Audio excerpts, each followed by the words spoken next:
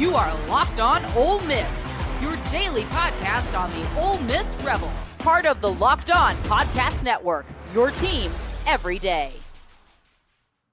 Hey, we are reacting to the biggest win, potentially in Ole Miss school history. We're going to be joined in just a second by Zach Mareth, Josh Guest, and Sam Hutchins, the beat writer from the Clarion Ledger, so stick around for that. This is a major, major thing. We're going to talk about the game and what it meant. At least two of the people that's going to be on the show tonight was in the stadium, in Vaught-Hemingway Stadium during the game, so they saw the craziness, and then we have just a fan perspective with Josh Guest, who does some radio work on the side. So we'll see exactly how that goes. Now, remember, don't freak out, everybody. When we go out to a four-shot, Josh Guest is like filming from a deer camp in Kansas. So it looks like, I don't know, it's like a vegetarian nightmare behind him, what's going on. So we'll get to him in just a second. Let's have a four-shot real quick. Gentlemen, how are y'all doing? Thank y'all very much. Sam Hutchins from the Clarion Ledger, Zach Mareth from the Rebel Walk, and Josh Guest. What's the radio station you work out, Josh? Super Talk FM, Q105 in Oxford there. 105.5, 105.1, 93.7. Good grief. That is a lot of taxidermy behind you, buddy. It is. So. All right. We're going to start with Sam because Sam was with the Clarion Ledger and all that, and he was in the stadium for how that went on. What was going through your mind? Because you've been doing this for about 4 games, about a month at this point. So to see that a month into your introduction to Ole Miss sports and covering Ole Miss sports, what was going through your head during all of that? Yeah, it was kind of a cool thing, Steven. It was legitimately one of the first things I was told about when I moved to Oxford, when I came up to Mississippi, is I heard, hey, if you think it's crazy now, or I just can't wait for you to see Vaught-Hemingway when Georgia comes to town. It was something that the whole town had been billing to me, kind of the outsider, for as long as I've been in Mississippi, like you said, a little over a month, Steven. And it almost felt it felt like I was cheating a little bit to talk to people that have been going to Vaught-Hemingway for years and been watching Ole Miss games for years and say, no, this is the biggest game that we can ever remember too. So it was cool to experience that just a few weeks in. And, huge games, sometimes they live up to the hype, sometimes they don't. I feel like a lot of the time that's not on the crowd. It's all about the final score, and just that's what everyone remembers at the end of the day. But this game, it lived up to the hype. We got to see 2 field storms, so that was cool. I've making up my quotas on that to get up there, and yeah, it was a really cool sight. Zach, I know you were up there with me. Is that the right take from the outsider? Was one of the craziest in the craziest places that Vaught-Hemingway's ever been? Dude, I'm in my sophomore year here, and LSU last year was great, but there was just a different feeling. And the national anthem ended, we had the jet flyover, and I was like, we're gonna win this game. Like, there was just something in the air, man. And then I went back and was watching some of the game, and you can really hear the crowd on every single snap of Georgia, like thoroughly in the game. And that's not something that you typically expect from a crowd of only 68,000. It sounded like it was a game in Death Valley. So shout out to the fans and the students, man. Everyone showed out. It was incredible. And then obviously, the field storming, we got to work on that a little bit. But it was a lot of fun and just a core memory. Absolutely. Zach, one thing that I noticed in this game, and I probably have a little bit more time as an Ole Miss fan as anybody on the screen right now and what's going on. So I do have a little bit of a background on this is, most of the time in games like this, Ole Miss is just hoping that they can win, hoping that they can pull it off.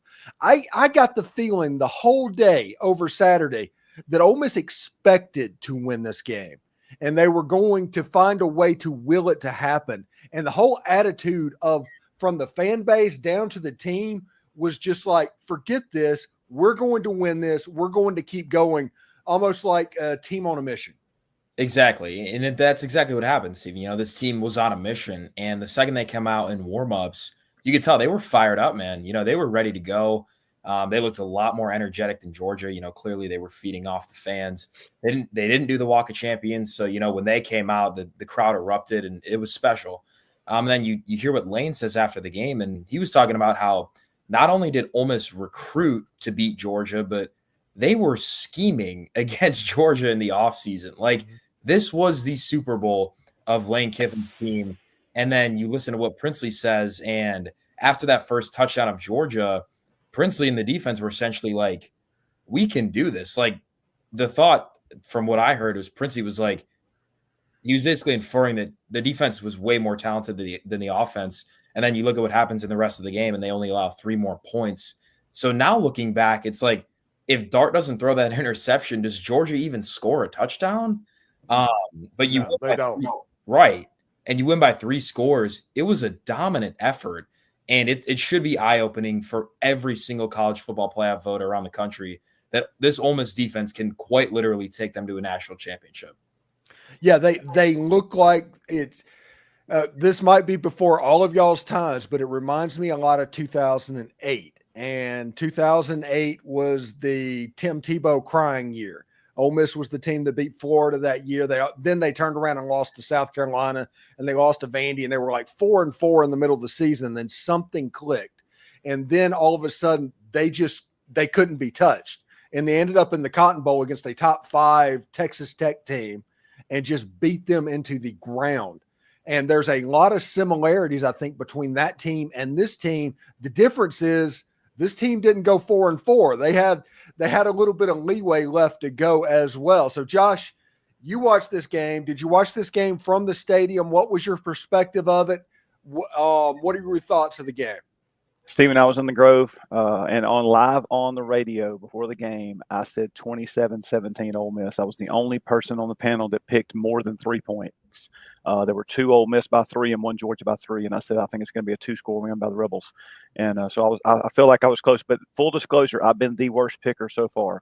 I was at the Texas Tech game, Steven. I believe we fell behind 14-0. Mm-hmm. I looked over at my brother and I said, "Can we get our money back?" And after that, the route was on. It was like 49-24, so we blew them out of the water. I believe it was even worse. I believe we were 3-4, Stephen, when we started that 6-game launch at the end of the season. And I even made we left after the game. I was the only guest male who did not go to the stadium. My dad, my brother, my nephew, and my son were all there. My nephew and my son were part of the storming of the field. I haven't talked to them to find out if they did it twice or just once. Hopefully they realized not to go the first time, but I think emotion took over for everybody. There were people that stormed that knew it wasn't over, but they didn't care. But yeah, I watched it from home. I jokingly met Dalen, by the way, yesterday, Dalen Flowers in the Grove. Nice. And I texted him something. He texted me that he was about to start crying. I said, "It's okay. You can cry. It's okay." I said, "But I almost tore my ACL and I'm at the house like celebrating in my own living room." Yeah, Dalen will be on the show tomorrow. We'll get his reaction tomorrow evening on that show. My dad called me today with a little factoid, and I have not verified this. So if I'm wrong, I'm sorry. But if it's right, it's one of the coolest things and the coolest stat lines that Ole Miss can have. And the SID office should have put this out already. In 1969, when Archie Manning had his career total offense game and set the mark that was basically the Ole Miss Cy Young record for Ole Miss quarterbacks. The next week against Georgia, they played. Georgia was ranked 6th in the country. The first series of the game, Archie Manning threw an interception and Georgia scored a touchdown right off the bat to take the lead 7-0. Ole Miss won that game easily.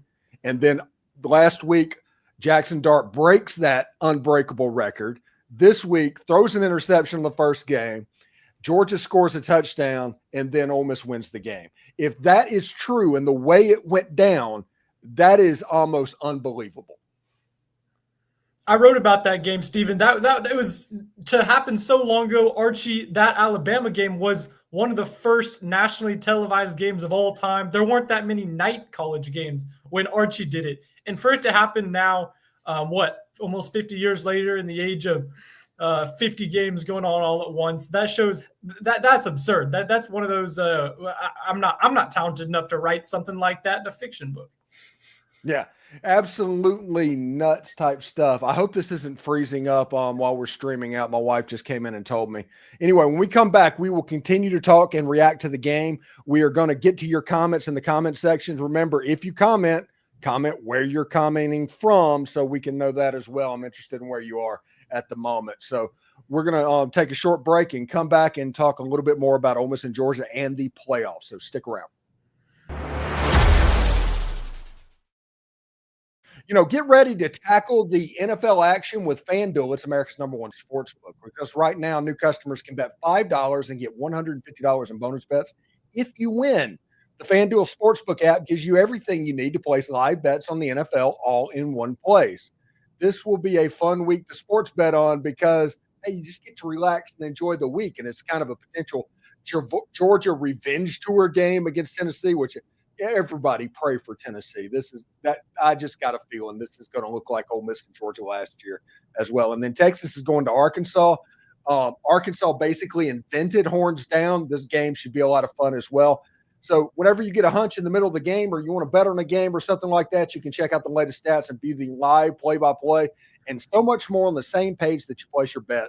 Just visit FanDuel.com and join today. You'll get started with $150 in bonus bets if you win that first $5 bet. That's FanDuel.com. Never waste a hunch and make every moment more with FanDuel. It's an official sportsbook partner of the NFL. This episode is also brought to you by College Corner. It is your one-stop shop for all things Ole Miss. Game day is just around the corner. This week's a bye, but next week against Florida, Ole Miss fans are rocking red. So head on over to College Corner to pick up that perfect game day gear. Whether you're gearing up for football, basketball, or baseball, College Corner has you covered. They're located off of Sisk Avenue, right across from the new Chick-fil-A, and getting to the store is a breeze, and they have a ton of parking. And for those of you out of state, no worries. Visit collegecornerstore.com, where they turn around orders lightning fast. I mean, serious. This isn't just a pitch. College Corner is where I get all of my Rebel gear. So visit collegecornerstore.com or stop by College Corner in Oxford. They have an location in Ridgeland and Flowood as well. Stop by there today. Anyway, here we go.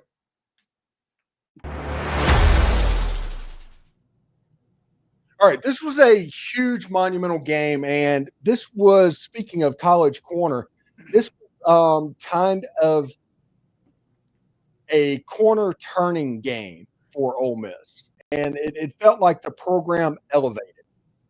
And that is interesting. I mean, that's real interesting to me, because Ole Miss and Lane Kiffin has needed this win. Jackson Dart needed a legacy win. They both got those. I think this program is at a place where they're completely ready to take off. When you talk about Deuce Knight was at the game, just randomly surprised, showed up for the game. Caleb Cunningham is on flip watch, essentially. Still Steve Wiltfong, Tom Loy, all the people that would know has talked about what this game could be.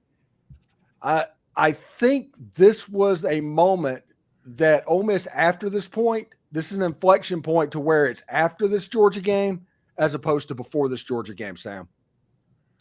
You're right, Steven. That was in Lane Kiffin and the players weren't shying away from that beforehand. Kiffin was vocal about the benefits of the win, both after the game on Saturday and today. Just got off a call with him not too long ago, and he mentioned the recruiting benefits that he's hoping to see. I was down there on the sideline. There were a bunch of recruits that were either going to get impressed by Ole Miss or impressed by Georgia. And I think we know which way that went down. But Steven, you're right. Inflection point. And I want to bring in, I think with the way Ole Miss is playing right now, this is the example that the college commissioners should highlight as this is why you do the 12-team playoff. Because the real reason is the money, right? Everyone kind of wants it. But the reason on the surface is to get these teams that in a 4-team field, Ole Miss would likely be eliminated. Mm-hmm. But now they are a team that is not eliminated. And to be honest, I think they can win the whole thing. That's why you do this 12-team field, is to get not just games for, fodder for teams like Ohio State and Oregon to run over in the first round. The theory behind the 12-team playoff is to get teams that can maybe they're on the road in the first round, but they could win the whole thing. And Ole Miss proved in a way that we'd maybe theorized. They looked good enough against Arkansas. They looked good enough in even the non-conference slate, but they hadn't gotten that big win, hadn't even gotten a ranked win. I think South Carolina is ranked now, but hadn't gotten one. This was the win that proved it, and this is the win that proved the people that wanted the 12-team playoff correct. Yeah, and if you want to look at analytics and everything, the reason that everybody should be excited about Tuesday night is South Carolina is going to be at the poll Tuesday night. Ole Miss is going to have wins over 2 members of that poll, and not many people can say that. I'm expecting Ole Miss to probably go up to 9th, 10th, or 11th, somewhere in that ballpark, Zach. And listen, I think that Ole Miss fans should legitimately look at the fact that they can start dreaming about hosting a potential playoff game depending on Tuesday night. It's crazy to think about, Steven. I mean, because if you lose this game, the season's over. And like the fact that you go in there against Georgia and you win by 3 scores, it's telling of just how much this team has really improved since those games against Kentucky and LSU. So credit to them.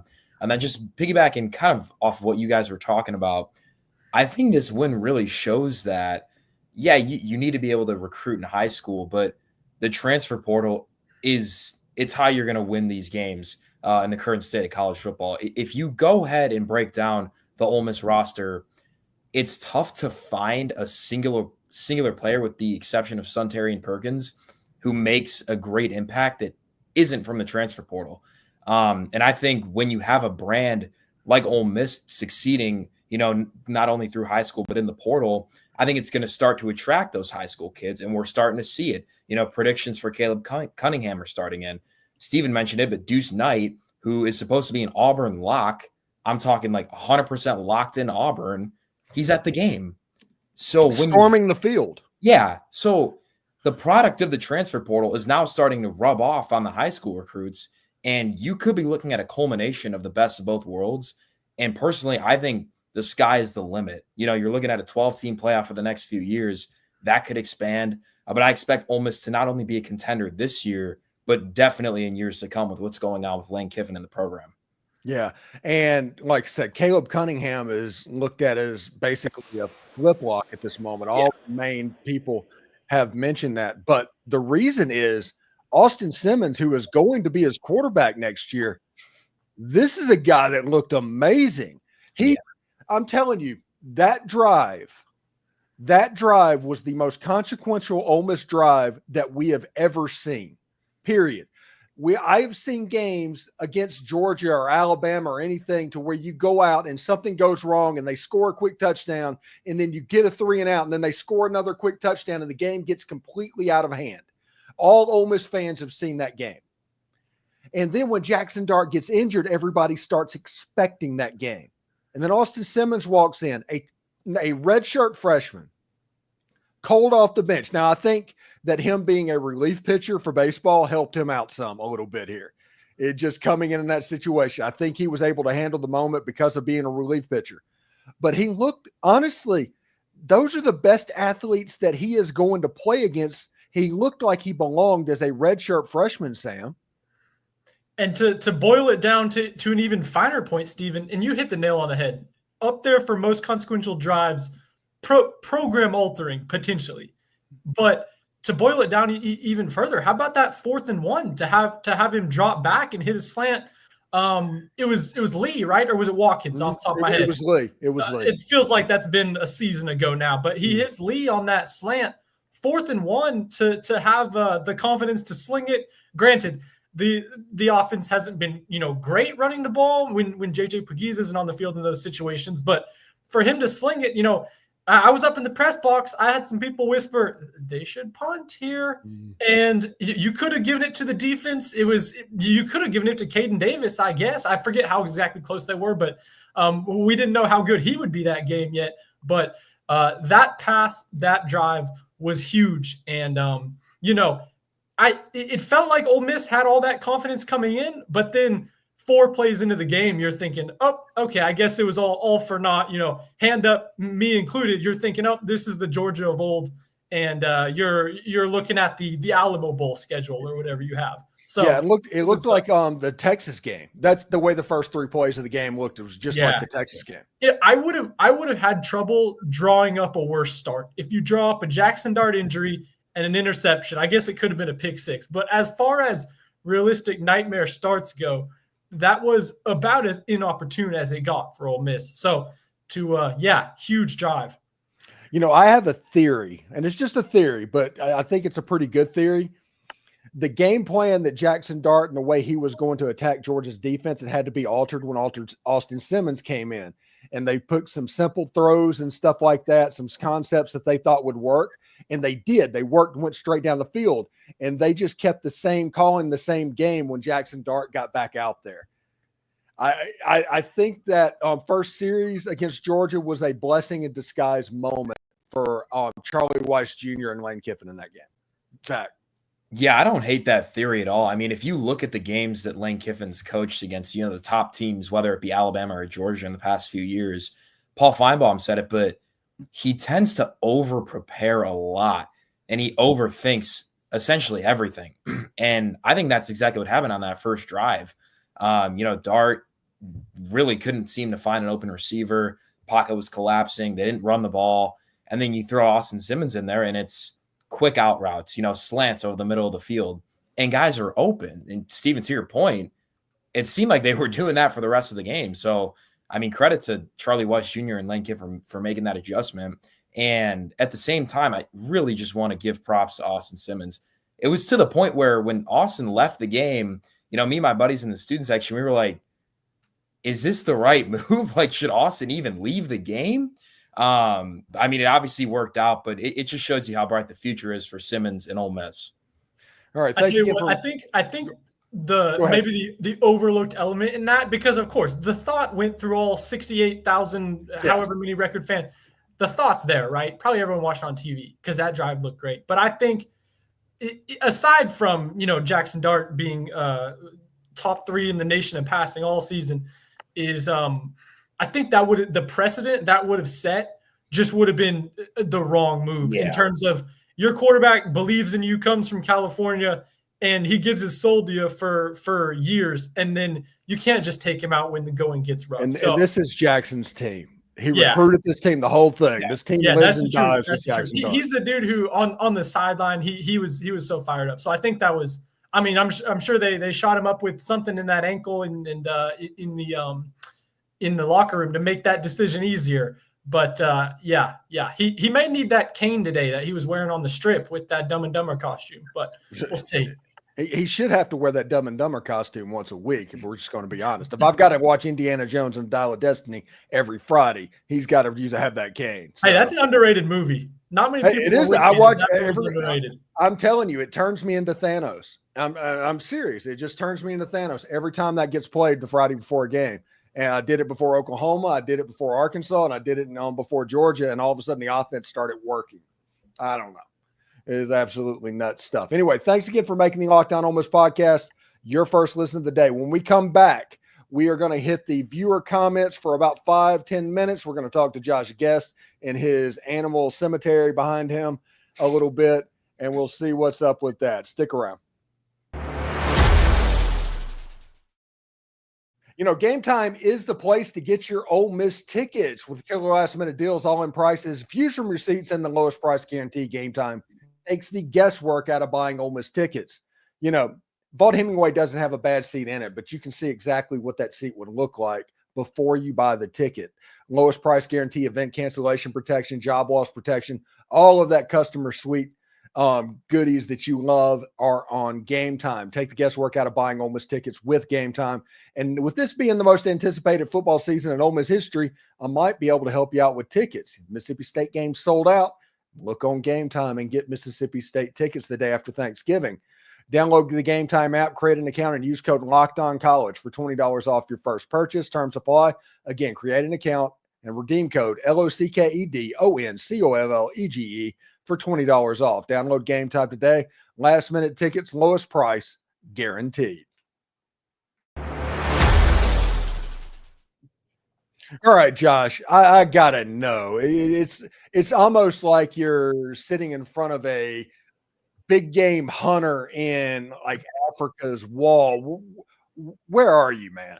I'm in the nether regions of Kansas, and the place we're at is called the Shed. They actually have baskets of shed deer horns here that they pick up on the farms around here. Probably hundreds of shed deer horns, nice ones too. Even the one that the whitetail that I harvested 2 years ago, I have a shed from that one that we actually found leaving with my deer sitting out in the field. So it's kind of cool to be here. And so all these animals behind me were harvested within probably an hour of where I'm sitting right now, and that's only one wall. There are many other walls in here that are filled with nice big white-tailed deer as well. So trophies, if you will. All right. Let's get to some user questions for the next couple of minutes, everybody. Dalen Flowers says, looking good, boys. 2 questions. The first regarding Trey Harris' status going forward. Would you hold him out over the course of the last 2 games?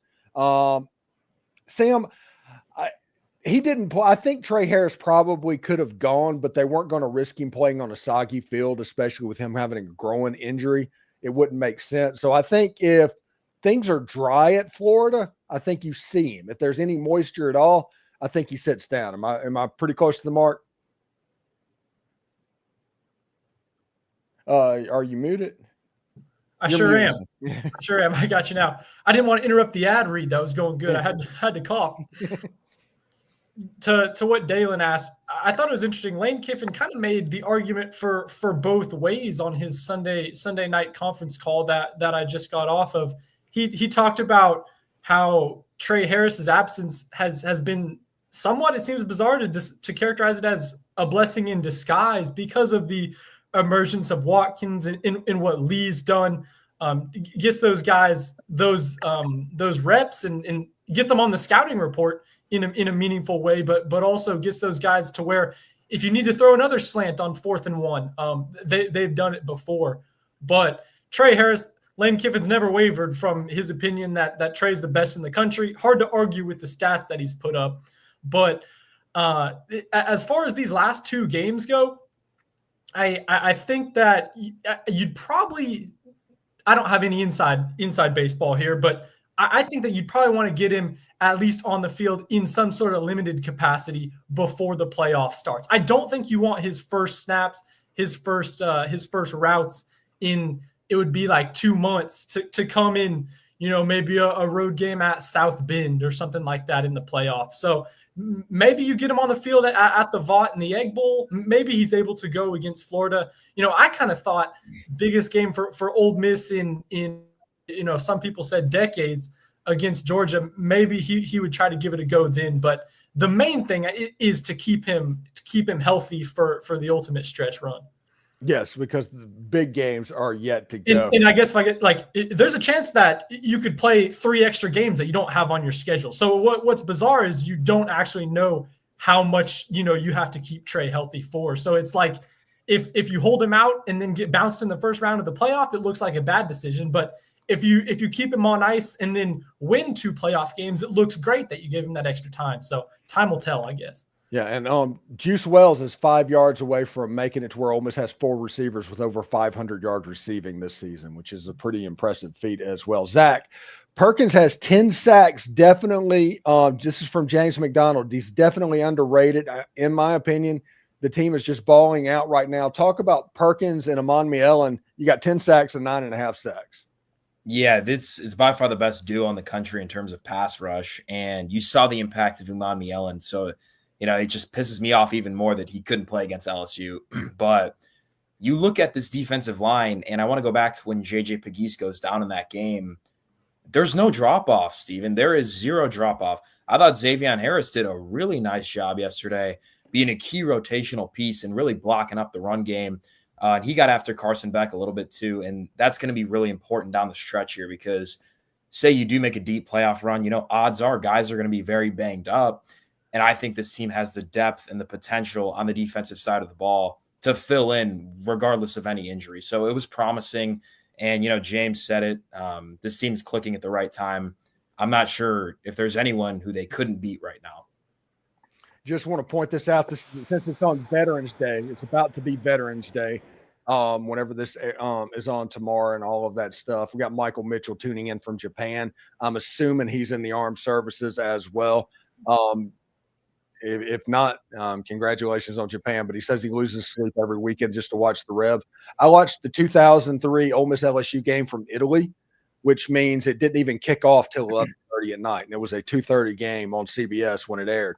So I didn't get to sleep that night till 5 o'clock in the morning. So I know what losing sleep is like. Anyway, thank you, gentlemen, for coming on the show very much. Sam Hutchins from the Clarion Ledger, what do you got going on this week, bud? I have a ton of stories coming out. I'm excited. This week I'm working on a big story I'll drop during the Egg Bowl, kind of a Thanksgiving story. But I wrote a lot from last night, plenty from today as well, trying to hit all angles of this Georgia game and forward-looking stuff, how it impacts SEC championship odds, playoff bracket odds, and I thought my favorite story, one of my favorite stories I've written for the Ledger, was about Lane Kiffin and his dad and what the win meant in terms of, Lane's relationship with his dad, and one of the conversations that Lane had with his father, Monty, about beating Georgia. So it was cool. Zach Mareth from the Rebel Walk, what do you have going on this week? Yeah, man, like Sam said, I just really want to captivate on this win and recap it the best that I can, get some shows out, and also enjoy the bye week, and then get ready for Florida, man. Yeah, this bye week is probably going to be a little bit different than the last one. I'm imagining the attitude of everybody's going to be a little bit different this time.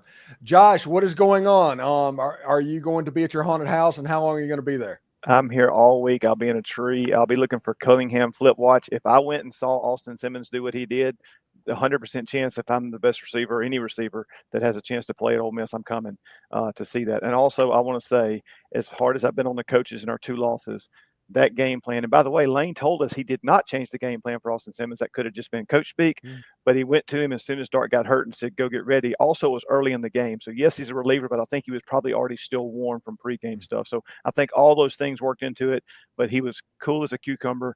The young man was amazing, amazing, amazing. You cannot say enough good things. And I know it's Dart Seam and all these other things, but Austin Simmons and Caden Lee, 2 youngsters on the offensive side, just balled out, especially on that drive. Austin Simmons was absolutely unbelievable. The future is bright.